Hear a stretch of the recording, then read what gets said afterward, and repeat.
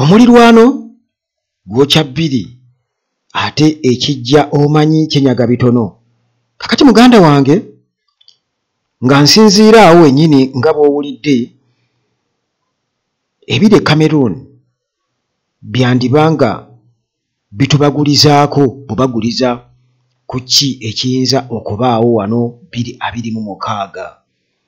Tetuyinza obikozesa ng'ekyokulabirako ku kiki ekiyinza okuba wano 2026.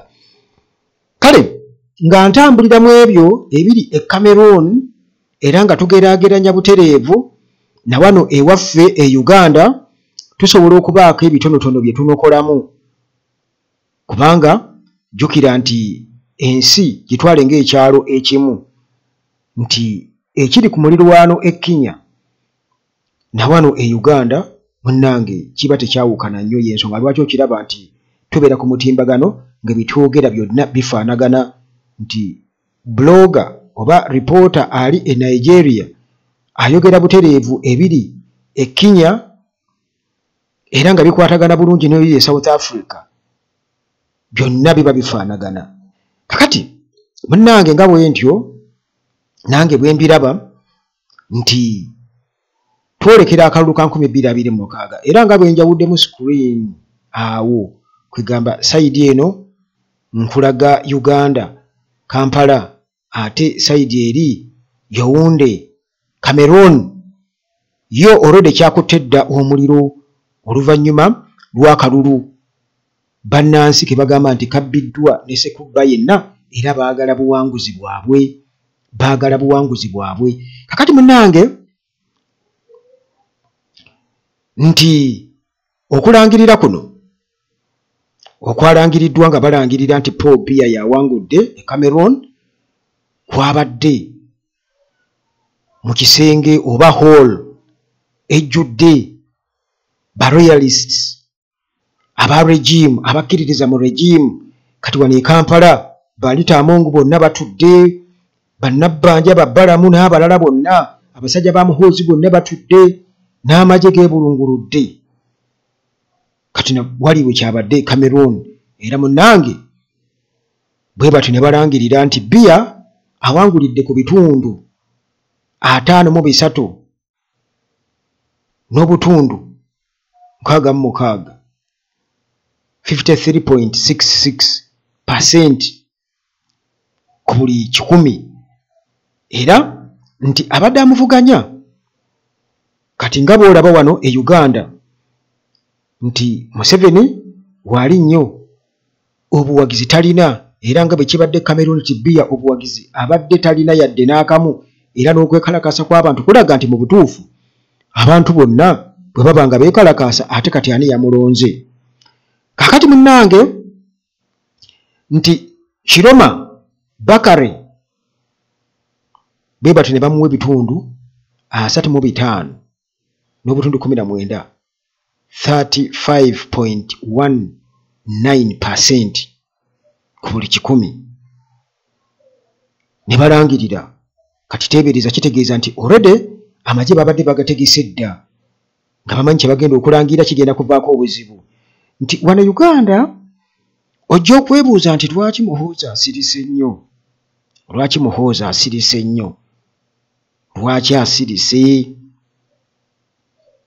Asirise kubanga akiraba nti ebintu bikyuse era omupiira gulabika guloolingira nnyo ku sayidi ya Kyagulanyi ya opposition entuufu okusinga bo bonna, kubanga jjukira nti kati Bobi Wine abakutte mu geto. Buli bwadde bagamba nti Museveni aba opposition bwe beegatta kye kirungi kubanga bonna agenda kubakwata mu geto ng'ebyennyanja mbw abawangule. Kati guno omulundi Robert Kyagulanyi Ssentamu yabakutte omugeto by'ebyennyanja nga babisibye wamu bwe bati babisibyemu oluwuzi nga bingi gwe bayita omugeto. Kakati awo munnange ku guno omulundi ebintu bikyuse. Bobi Wine akutte Museveni n'abamukkiririzaamu bonna betumanyi obulungi ennyo, bonna be yasimbawo n'abalala bonna abatuula ku round table naye ne bateesa butya bwe bagenda okubeera nga bamalamu opposition entuufu amaanyi Bobi Wine bonna abakutte omugeto bwati kubanga tumanyi kati opposition egi gye tumanyi tewaliwo opposition ndala gwe waliwo candidate omulala gw'omanyi opposition yeesimbyewo kitegeeza nti kati opposition yonna yeegattira ku Kyagulanyi naye ng'amaze kwekutulako bali ekintu ekyo nno kikulu nnyo ekyokwekutulako abantu abamu Bobi Wine akazannyo akakokwekutula ku bantu n'ataddaawo mbu kwerimbalimba nti ali nabo bateesateesa akazannyo akalabika akategeera bulungi ate nze zikiriziganya naye nakibagambako ku Mmengo yeetaga kwekutulako nakibagamba yeetaga kwekutulako era kati Robert Kyagulanyi Ssentamu yakiriisi ndowooza olaba ebintu ebitambula kakati eyo tuvuddeyo kubanga njagala tukole comparison tulabe nga tulaba ebintu bino engeri gye bifaanaganamu kubanga ensi gitwale ng'ekyalo ekimu kiri Cameroon muganda wange kijja wano abaana boogera ku kaseera ak'okumenka kakati munnange nga bamaze okubeera nga balangirira bbiya ku bitundu 53 nga ate Kiroma Bakary bamulangiridde ku bitundu 35 n'obutundu obugwamu munnange abantu ne bagamba kiki ani kijja kitya kubanga jjukira nti mu kaseera kali nga balangirira tufuna ebiva ku polling stations ffe biba bituwa birala na bano bannaffe babeera bo ate balangirira birala nga bwe kyali mu 2021 temwerabira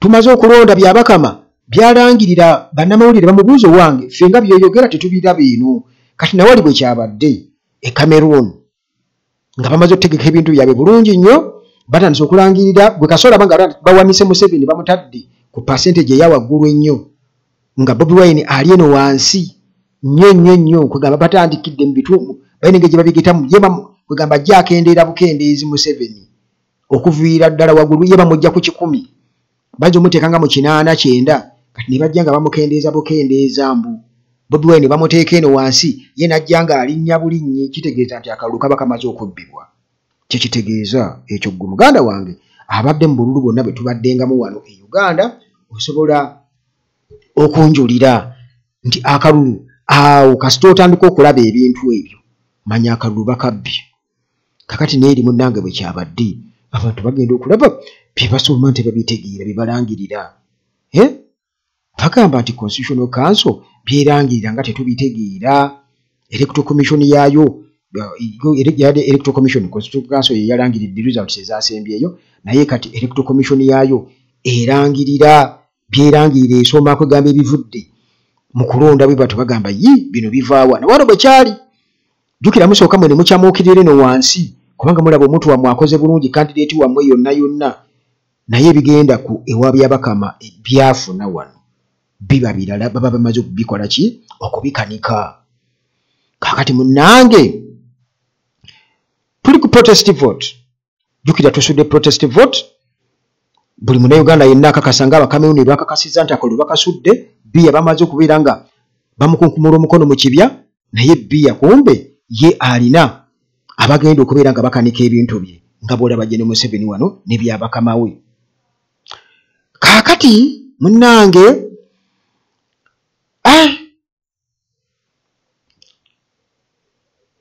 kati olwo abantu ne batandika okugamba nti bino mu butuufu bo bagambye nti babirifarinzeeko nga a state manufactured verdict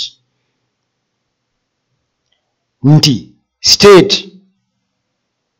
batudde bia ne ba loyalists be nga basalawo dda nti tekisoboka nga bw'olaba wano e Uganda nti waliwo abatugamba nti Muhoozi taligenda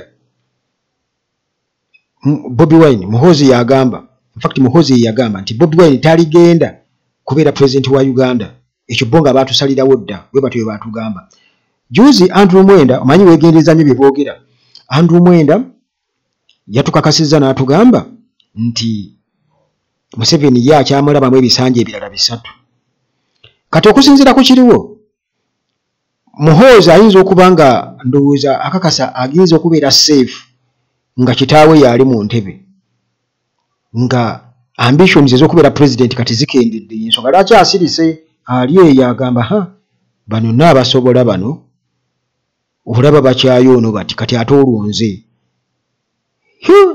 tebagenda kunsottasotta kakati ate kubanga ye kati ndowooza agamba nze kansigale wano mu security kankwate gwe kwata gwe taata beerawo kubanga gwe ne bwoba oli mukadde nga tukuwalulira kaliba nze nsobola okubafugira wano nga nze CDF gwe wali nga gwakola ki gwaliwo nga nze akutta amagye kakati mu mbeera efaanaganako bwetyo muganda wange era buli kimu kyonna kiba kati kiri state manufactured nga bwe kiri e Cameroon kugambye tubivuga kasavu kanyama tutunuulira ekiri e Cameroon engeri kiri nti munnange kyekisoose kiba kitegeeza nti kituwa ekifaananyi kubanga nawana e Uganda byali bibaddewo okwo lwakuba nti bo kakati guno mulundi bagamba bakooye ng'era bwala bannayuganda bwe bagamba nti tukooye kati tukooye kakati munnange nti weewuunye n'amawulire g'ebweru Western Media nti nabo nti mu ssaawa ezo mwe balangiriridde ekyewuunyisizza bannansi ba Cameroon nti baatutte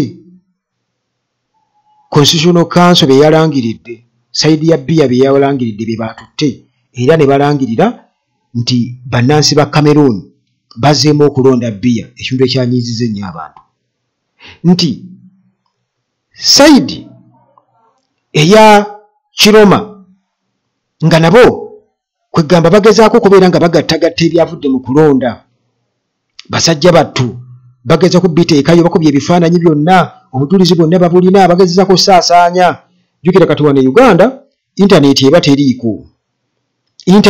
teriiko awo mu kaseera ako kaakati munnange bwe batyo basajja battu bagezezaako okulaga obujulizi bwonna jjukira nti kati wano e Uganda nti ne ba polling agents babeera babawambye dda era nsuubira okuba ndowooza opposition Makerere Kavule ekyo bakisalidde dda amagezi kubanga kati kiraga bulazi nti n'omuntu eyalibadde yeesimba ku Amongo yalizze nga independent wakiri yalibadde ajja nga independent oluvannyuma lw'okumuwandiisa wali oba wali wennyini nga bamuwandiisa awo walangiririra nti nzize nga owa Nuupu naye naawe kayinza okuggwamu bayinza okutwalayo nga babiri naye kati wano twogera ku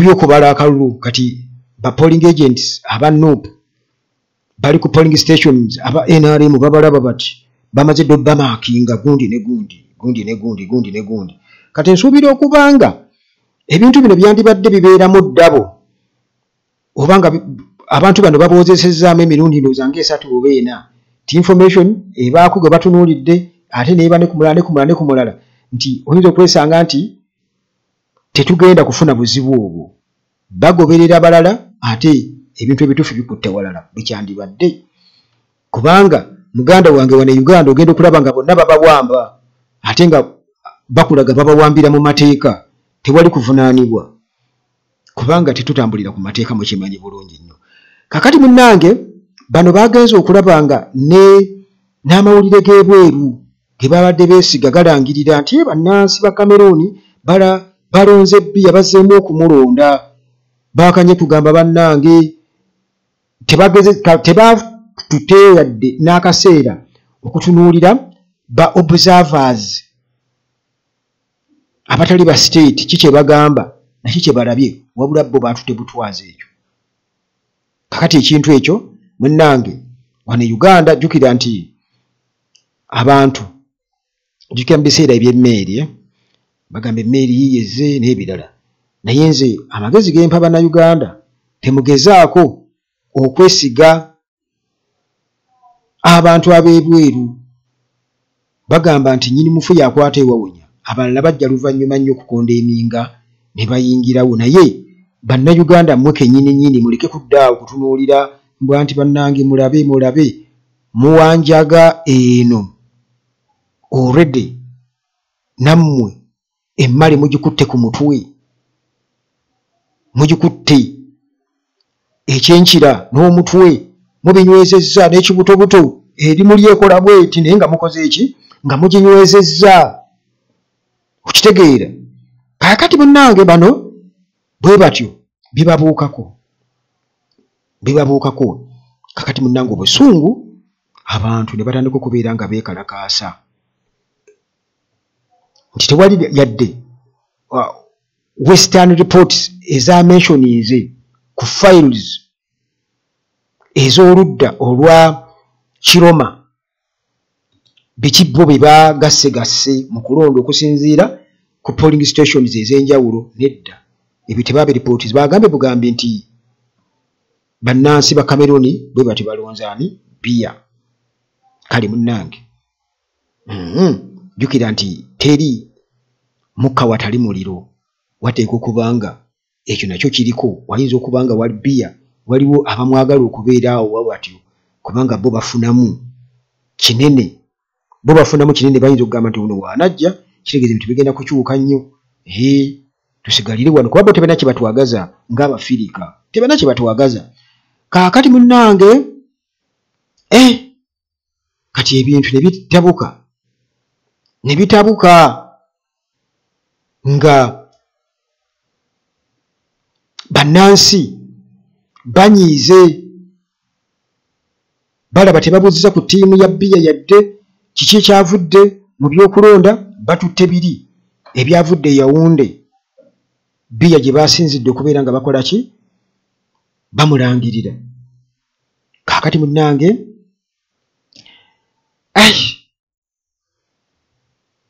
nga bano batukakasa nti Biya babadde bamuwangudde era Kiroma yabadde aliidinga mu regions 9 zonna.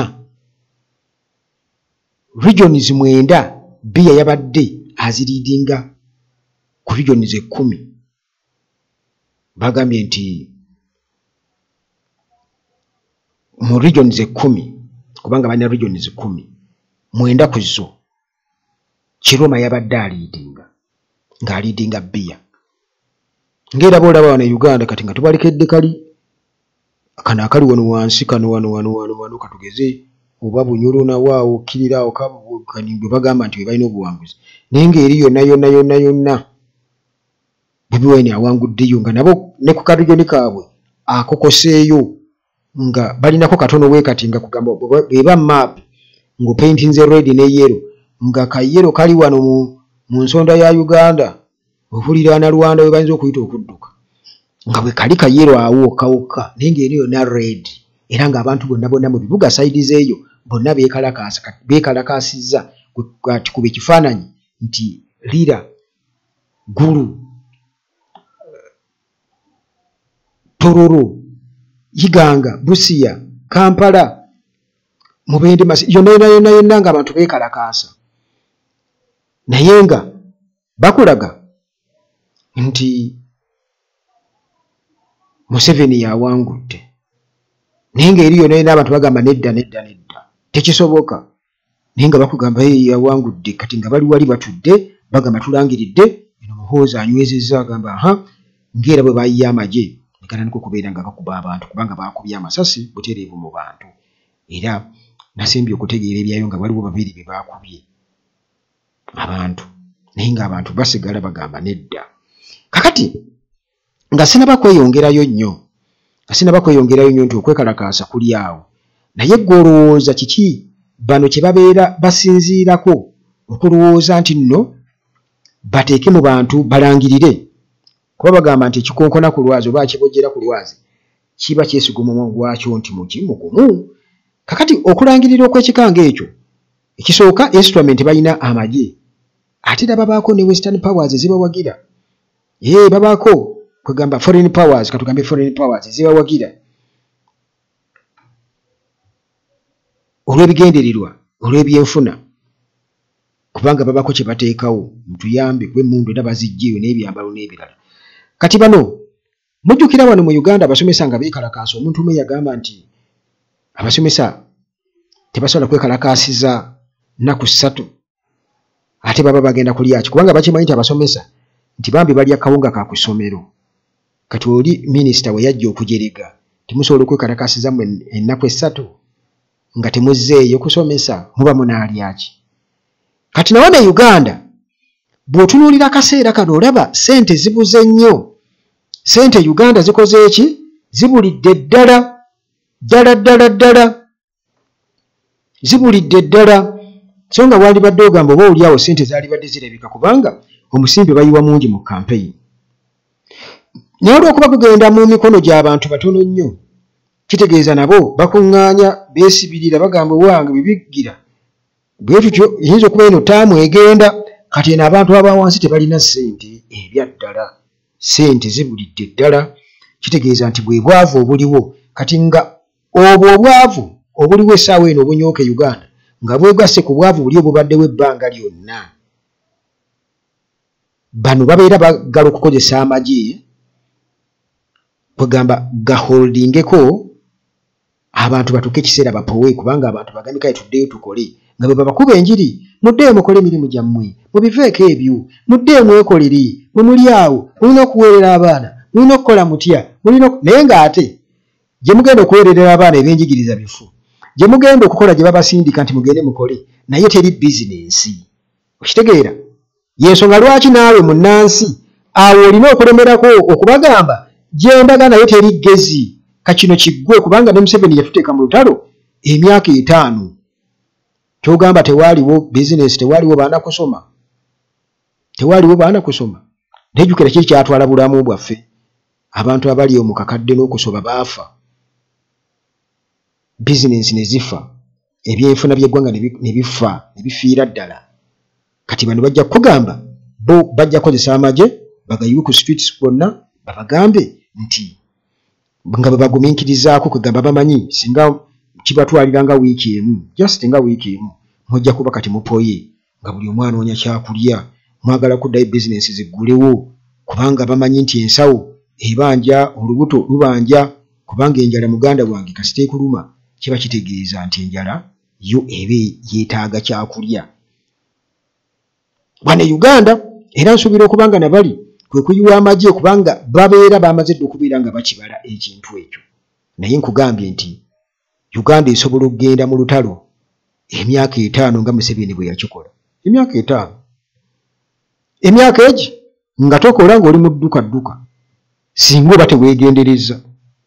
Singa oba teweegendereza oyinza okupreventinga dduka naye ate ng'oyita dduka. Ng'oyita dduka kubanga wano Dr. Kizza Besigye yeekalakaasanga ku lw'abasuubuzi. Kati Dr. Kizza Besigye teyeetaga kubeerawo basuubuzi okwekalakaasa. Naye yeekalakaasa nga teri amugoberera. Kakati gwe naawe kennyini ojja kuddeeka. Yesu ogenda okole. Naye ate ekiseera kijja kutuuka nga teri akugamba nti nno veekawe genda ku luguudo. Kubanga embeera ejja kuba ate nga mbi nnyo bw'onooba tonnafa. Tonneeyimbamu gwa kabugu. Anti abamu kasembeera ekaluba solution yakwetta. Feno tubiraba era abantu omusanga nga Yesu biryamuggweeramu ddala. Kakati munnange ndabe nkutegeezezza nti tutunuulira ebiri e Cameroon bwe tutunuulira n'ebiri wano e Uganda. Tuwolekera akalulu ka 2026 teweerabira protest vote, akalulu katandise dda era protest vote yatandika dda nti egenda manifesting egenda egejja bugezi yeeyongerako bweyongezi momentum. Naye bwe tuli essaawa eno twatandise dda era Robert Kyagulanyi Ssentamu already akola bulungi nnyo ti masses azirina tumulaba, abantu abalina bamuwagidde, asobodde okugatta Uganda yonna gye baali baagattulula, kubanga bo bali baagala kutwawula yawula nga bateekawo biboozi narratives zaabwe eza tribalism, ezaabo Baganda bebityo. Naye kati ebyo Bobi Wine alabika agenze kyakikendeeza. Ate era ne opposition eri gye baatusibangako nga bawooza mwegatte weyeegatta Museveni ne yeewaana. Awo bwe beegatta kyekirungi, naye ng'ate bannaffe batugamba nti amaanyi gali mu kwegatta. Bobi Wine opposition agigasse bw'omu bw'ati ekyo asobodde okukikola achievement. Kakati nti wetulaga nga bwe nti akalulu katandika kati tugenda mu maaso paka kutuuka kusuula kalulu era mu kaseera ako kati naawe weweetaagisiza nti erinnya ly'omuntu olirabye Robert Kyagulanyi Ssentamu oba omubaka wa Paalamenti oba omuntu omulala yenna oba kansala, then ekifaananyi kyo kirabye ambuleera ke kabonero tick oba ekinkumu tekisuka kabookisi. Towandika kigambo kirala kyonna ku ballot paper. Towandika kigambo kirala kyonna ku ballot paper. Mami Kevin okusinziira wali e Switzerland awo asimbawo nnyo essira nti tayagala kalulu nakamu kaffe. Musomesa abantu bannenge tetwagala bululu bufa okukosa n'ebintu bye muyinza okwekola ku polling stations ebiyinza okuvaako emisango. Kubanga jjukira nti chances zinene nnyo okuba nti emisango egyo bagitutusingisa kubanga bayina pulaani eyinza okuba nti nno akalulu singa kabalema nga kabalemye bayinza okwagala okulangirira Robert Kyagulanyi Ssentamu ne bamulangirira kubanga bakitegeera abantu bagenda kwekalakaasa. Bwe bamala okubeera nga bamulangirira okunafuya protest vote katuula ate ne bagamba nti akalulu tekabadde kamazima na bwenkanya. Bo bennyini emivuyo gye bakuliyeetinze ne beewaabira mu kkooti naye nga bagejjaako bagiteekawo mu bbanga bagiteeka ku kakiiko k'ebyokulonda nga bwe kyali e Kawempe North. Kati olummwe kiba kitegeeza nti mugenda kuddeeka mujaganye mulinde. Awo omuntu omu wagambira nti nedda Robert Kyagulanyi Ssentamu amala kuyingira State House amala kulayira. Okitegeera amala kola ki? Kulayira. Kubanga protest vote kyeyitegeeza kubanga wali oba togiggusizza oba nga aweeredde omwana n'omukomya awo mu makkati awo n'otamuyambako ne bw'aba amaliriza ku yunivasite kitegeeza olina omumuyambako okwetandikawo kuba ensi si nnyangu nti gwe omwana w'omuwala olw'okuba asomye bamutikke olw'okuba ali ku yunivasite omulese yali ku yunivasite yafunye akalimu akola kumbe agasajja gamuliko mu hostel gwe tokimanyi kati olina okumuyambako kugendayo olabe era omubeererewo nga muzadde we asobole okwetandika mu bulamu bw'ensi aleme kubeera nga ate usanga ate embeera eyinza omuleetera okulwala oba n'okusiimuuka oba n'okutuuka okugenda mu bufumbo nga tamaliriza ku yunivasite kufuna embuto baga yafudde azaala. Kati ebyo byonna okubyewala kitegeeza olina okubeerawo kyenda omulimu toguleka mu makkati na wano we kirina okuba bwe kirina okuba. Kati bannansi ba Cameroon bo already emitendera egyo gyonna bagiyiseeko already basobodde okulaga obutali bumativu bwabwe. Kati persistence nti kati wali waabwe kyawukamu tebalangiridde muntu waabwe balangiridde bbiya. Wano Uganda basobola okulangirira Museveni era nekifaanagana ekye Cameroon oba bano okukyusaamu bo kuba bagezi ne baga katumulangirire Bobi Wine tukole nga bwe twakola e Kawempe North ku Nalukoola n'Ennambi. Kisoboka. Kale bannange tukyagendera ddala mu maaso naye teweerabira aba Hillside View Apartments gye bali nnyo wali ejjanyi ku kyaki Entebbe Road. Apartments omuli buli kimu gujja sitwala tulotwo wifi weeri transport ne transport wali wabweri ubakubira nti nombokinze nammwe bajja kukunona naddala ng'ova ku airport. Hillside View Apartments sangibwa wali ku Entebbe Road tuuka Ennamulanda Kitende oba Kajjansi waliwo amakubo agagenda ejjanyi ku kyaki gubuuza ejjanyi ku kyaki yewa we wali Hillside View Apartments omuli buli kimu kwegamba apangisa apartment naye nga buli kimu mwekiri. Kaakati munnange Maintenance Palace gwayagala sola eyakoowa amasannyalaze agavaavaako oba oli mu kyalo teri masannyalaze aba Maintenance Palace balina solar system zonna. Balina sola tuyinza okugamba nti mu kyalo ate kati CCTV cameras nzinza zikola nti watali masannyalaze bazirina ezikozesa sola. Balina water heaters zikozesa sola. Balina water pumps zikozesa sola. Aba Maintenance Palace n'amataala ga security lights geetekako gokka gejjako gokka. Kakati munnange ebyo nga bikyali awo kakati Cameroon munnange bwe batyo bakusabira songa ye Kiroma yagambye tebagenda kubeera nga bakozesa fujjo nti bagenda kulemerako mu ngeri efaanaganako bwetyo nti paka bwe banaafuna obwenkanya naye nga ate ye munnange Clement Atangana ono nga musajja wa bbiya nnyo, bbiya w'emyaka 92 ono ye jjukira nti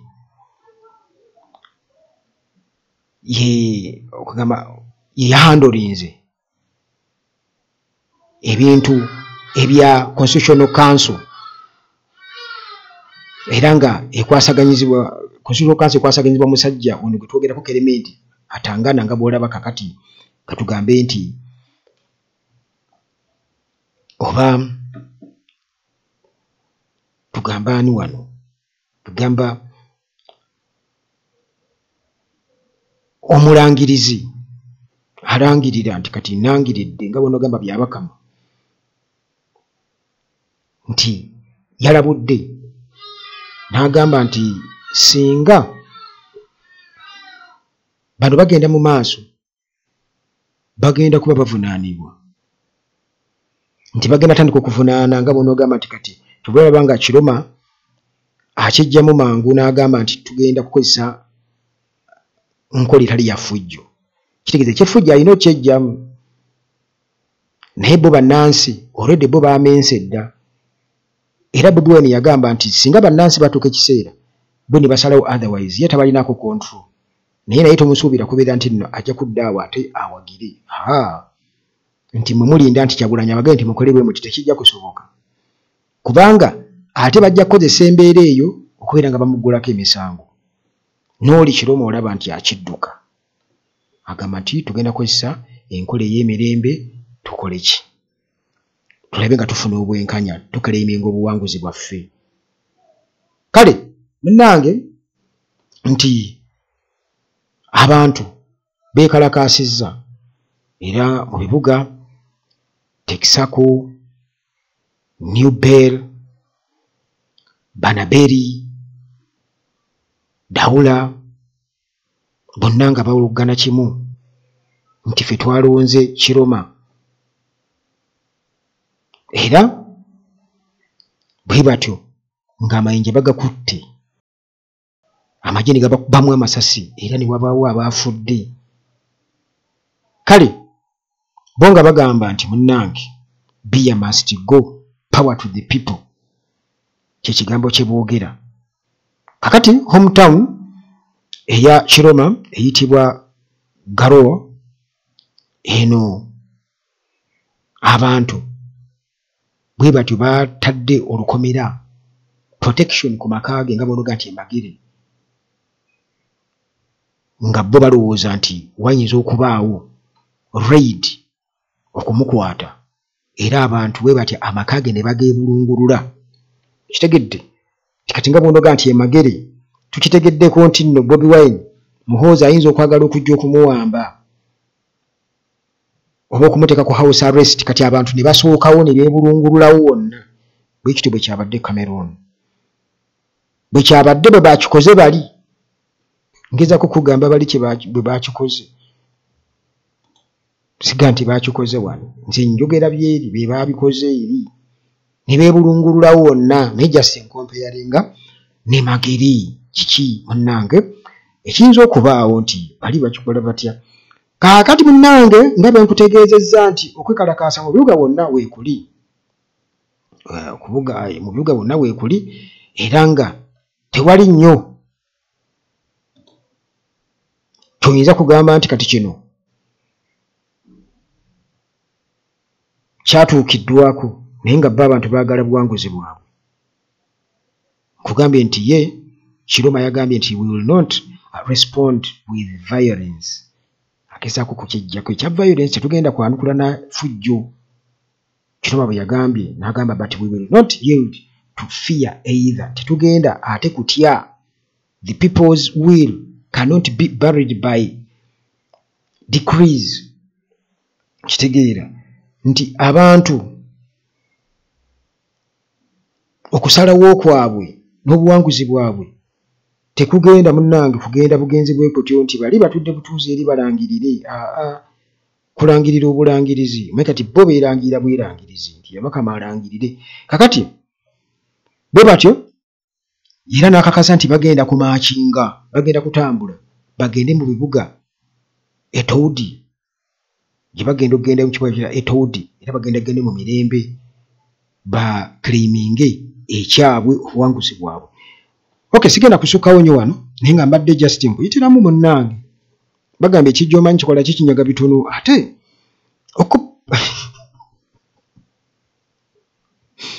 omanyi waliwo omusomesa wange yaŋŋamba nti okukoppa si kubi naye kisinziira engeri gy'okoppyemu.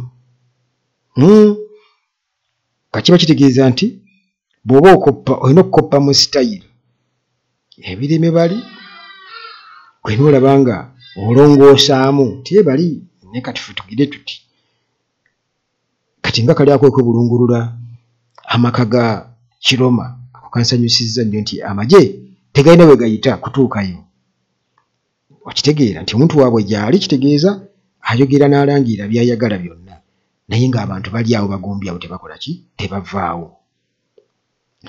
Sigenda kusukkawo nnyo wano tusinkane mu mboozi zaffe eziddeko wano ku Uganda Atalaaji nga bulijjo mbadde nyumyamu bwe nyumya akuume